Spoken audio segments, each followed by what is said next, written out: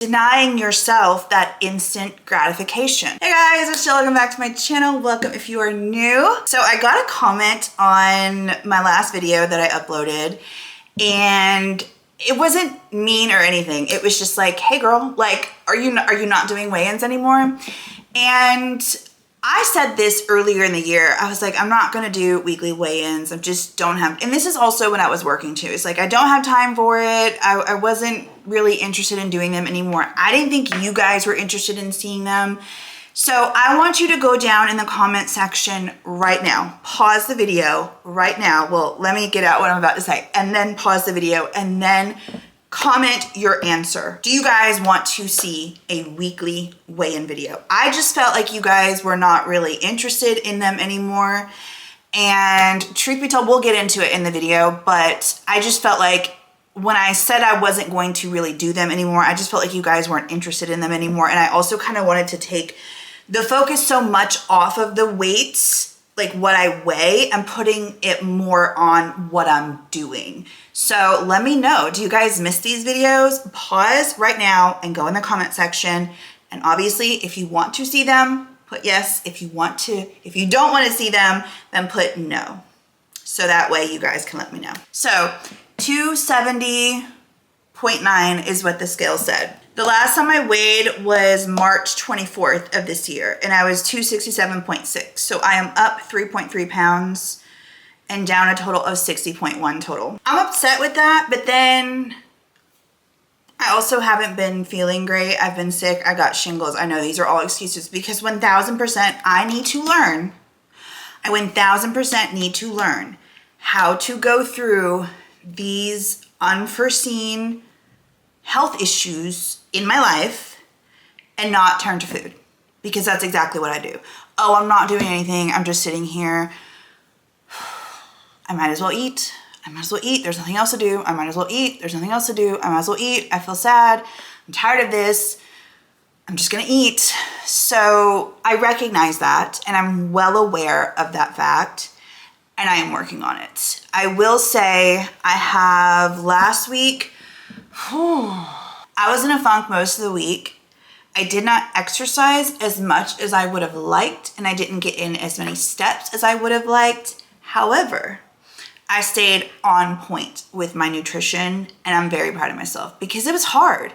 It was hard. I'm still, and I'll show you on my calendar one day, but most of, what was last month? Most of April, I emotionally ate. There are no stars on the calendar.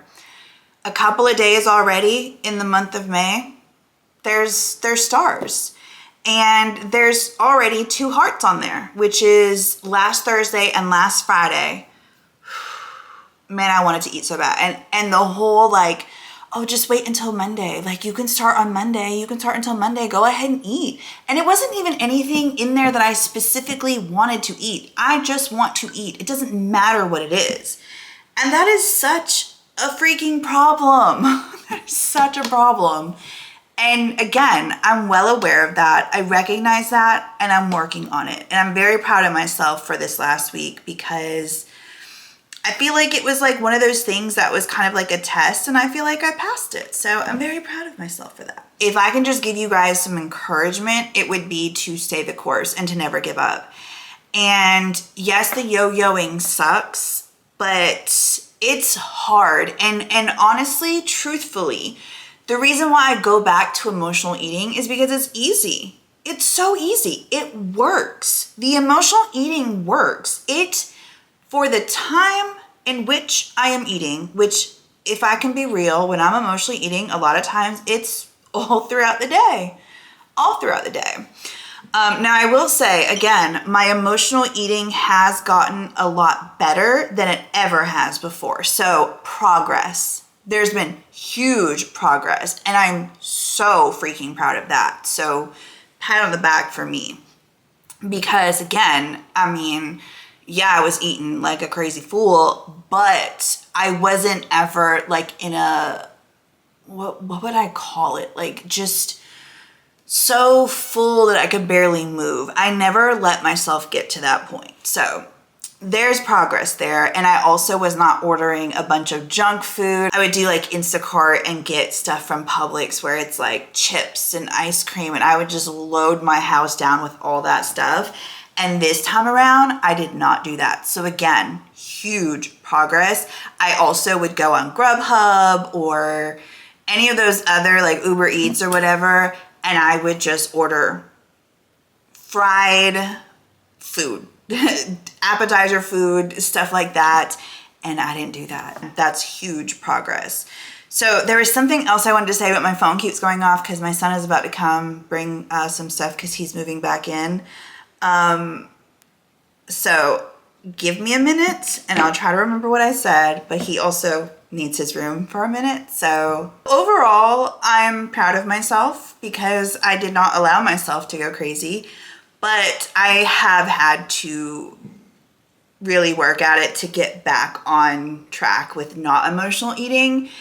And that was so apparent to me Thursday and Friday. And that's really genuinely, especially when I don't care and I'm just like, I don't care. Like, I had shingles for weeks and it was painful and it was ugly and it was on the side of my neck. I mean, hopefully that doesn't leave a scar, but I still have, you can still see exactly where it was. I was in pain, I was exhausted and tired, and I just didn't care. Like, I was just like, I want this to go away. And you know, when you don't feel good, you just feel yucky. And then it's just like, I wasn't really cooking like normal, and it was just a mess. So you just don't want to, for me, I personally am just like, I don't want to have to do the work, because the thought hits and then you're like, no, I don't want to do this. And then the thought continues, or the craving starts to get so intense that you're just like, F it, I'm just going to go do it. Because I don't feel like addressing what's going on. I don't feel like going through. I don't feel like being uncomfortable because I already am uncomfortable. So Thursday and Friday came of this week and I was really, really, really struggling. And oh my gosh, Thursday was really, really, really bad. And it was really hard because that craving came. I said, no, I'm not doing it. And then my brain just kept saying like, you can start on Friday. It's okay. You haven't really gained weight, so you're fine. And I mean, it was just like, I was fighting with myself internally and out loud, because girl, I was even fighting myself out loud. Like, Jill, no, you don't want to do this. And it's hard. It's hard denying yourself that instant gratification. I mean, let's be real. We are right now in a world where everything is instant gratification everywhere you go. Everywhere you go. You can go on TikTok and get that instant dopamine hit. And it's easy, right? You just scroll. But to actually look within and say, okay, what am I feeling? Why do I want to eat? What's going on? But not even just the current feelings, but also getting to the root of why this has been a problem for me for 20 plus years. And that's where the real work comes in. And that's what is so freaking hard about stopping to emotional eat. And I can say right now with confidence, when I learn to not emotional eat, 1000% I will lose all of this weight and I will keep it off. But that doesn't mean that it's going to be easy. And you know, when people decide to go and have weight loss surgery, people will always say, oh, that's the easy way out. And it's like, what's so easy about that? Because the stomach is not the issue. The thing that weight loss surgery will not fix is this right here. And I tell you guys all the time, this is what you need to fix and this is what you need to work on, in addition to another thing, your daily habits. Fix your daily habits. Your daily habits are so important. So I, for the past month or so, have been trying a new morning routine. The morning routine, the way that you approach your mornings and the morning routine that you choose to do sets you up for the day. I'm telling you, it is so easy, especially for me, where I don't have to go to work. I don't have to get up. I don't have to film. I can put it off tomorrow. I can just not upload this week. I could just, I don't have to do that, you know? Do I need to? Yeah, because I need to for the, you know, if I don't film and if I don't upload, I don't get paid. But it's so, that voice in my head is so powerful because I'm giving it so much power. I'm giving that voice so much power. And I'm like, enough is enough. So for the past several weeks, I have been just shifting through different morning routines and like, no, this one doesn't work for me, so maybe this one will. And it's like, start my morning with God. When I start my morning with God, my whole day is just that much better.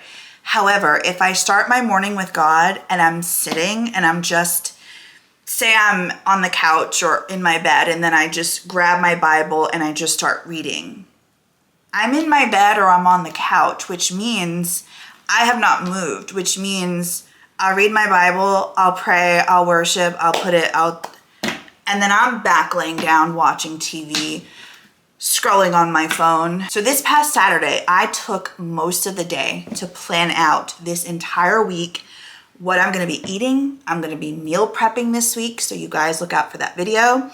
I also am going to be doing a new morning routine. And the first thing I said is I need to start my day and my morning with God immediately. However, I have to be moving and I have to be doing something. So you have to just like get creative and know what works best for you. And I'm telling you, don't use the excuse. I've told you guys this before. When I did a meal prep video before where I was like, you know, I was doing this when I was working a 40-hour a week job, and I was also doing YouTube. I literally had no time for anything else. And I still made the meal prepping and the working out a priority. I got up every single morning at 5:15 and I got in, and it was 20 minutes. And some people look at that like 20 minutes, what that's gonna do. It does a lot. It does a lot. Like, it doesn't have to be this elaborate 45-minute workout, and if I can't get in 45 minutes, or one of those things where it's like, oh, I can't go to the gym, I can't make it to the gym that early because then I would have to get up at like 4:30 and that's just way too early, then do an at-home workout. Like, basically stop getting in your own way, stop standing in your own way, stop being your own worst critic, stop being the person, because no one is stopping you but you. You have to get out of your own way. And trust me when I say I'm having this conversation for me too, okay? Not just, I'm not pointing any finger, well, I'm pointing the finger here, okay? I've got to figure out the morning routine that works best for me. How does my brain function the best? Do I function best when I wake up and then just lay in the bed? Or do I function best when I get up out of the bed immediately? 5, 4, 3, 2, 1, get up. If you guys haven't read or listened to that audiobook, The 5-Second Rule by Mel Robbins, I will link it down below. It is a must. It is so good. It is so good. I need to listen to that again. I'm currently listening to Let Them. I don't like it as much. I'm gonna be honest. So far, I'm just like, yeah, it's good, but like, I really like that 5-second rule.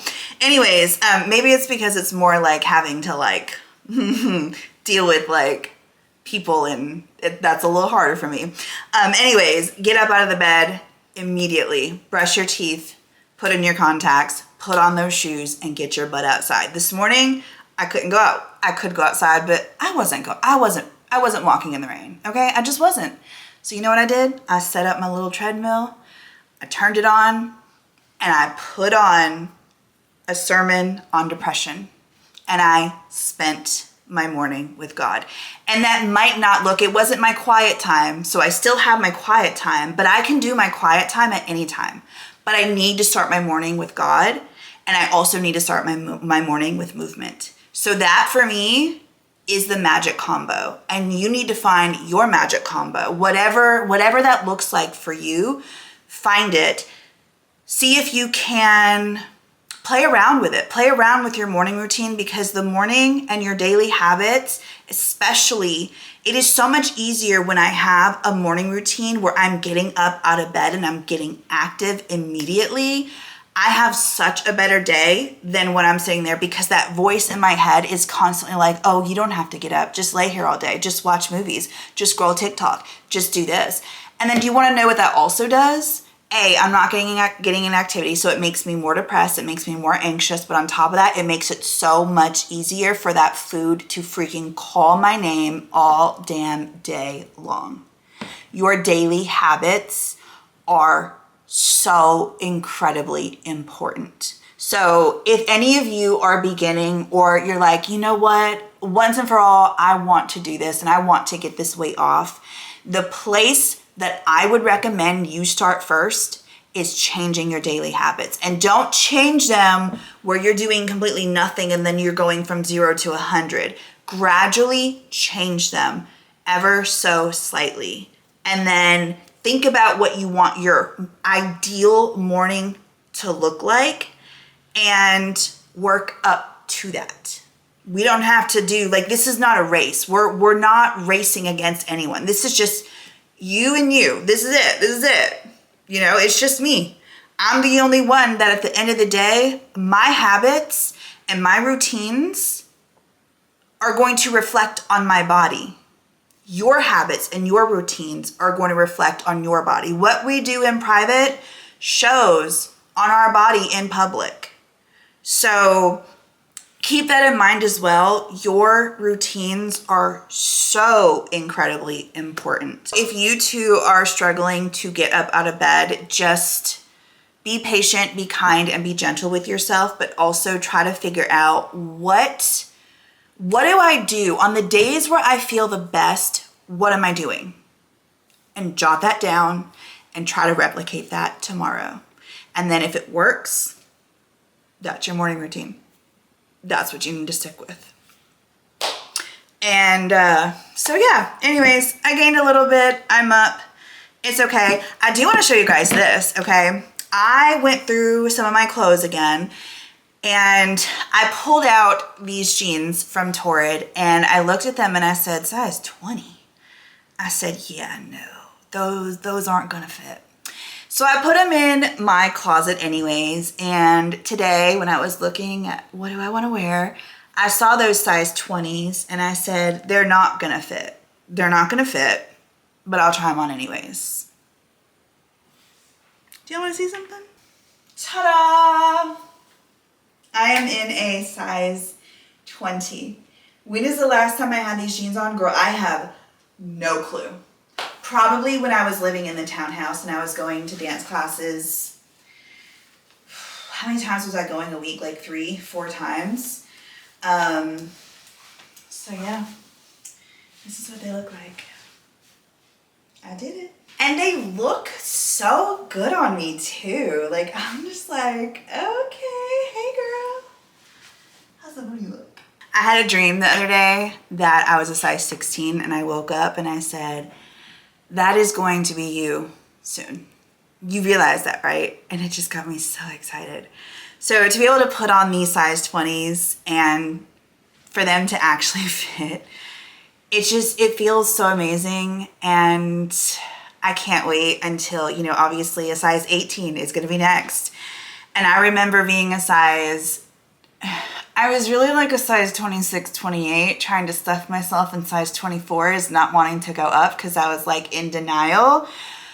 I remember that and I was like, oh, I just wish I could be a size 18. It was one of those goals that just seemed almost impossible.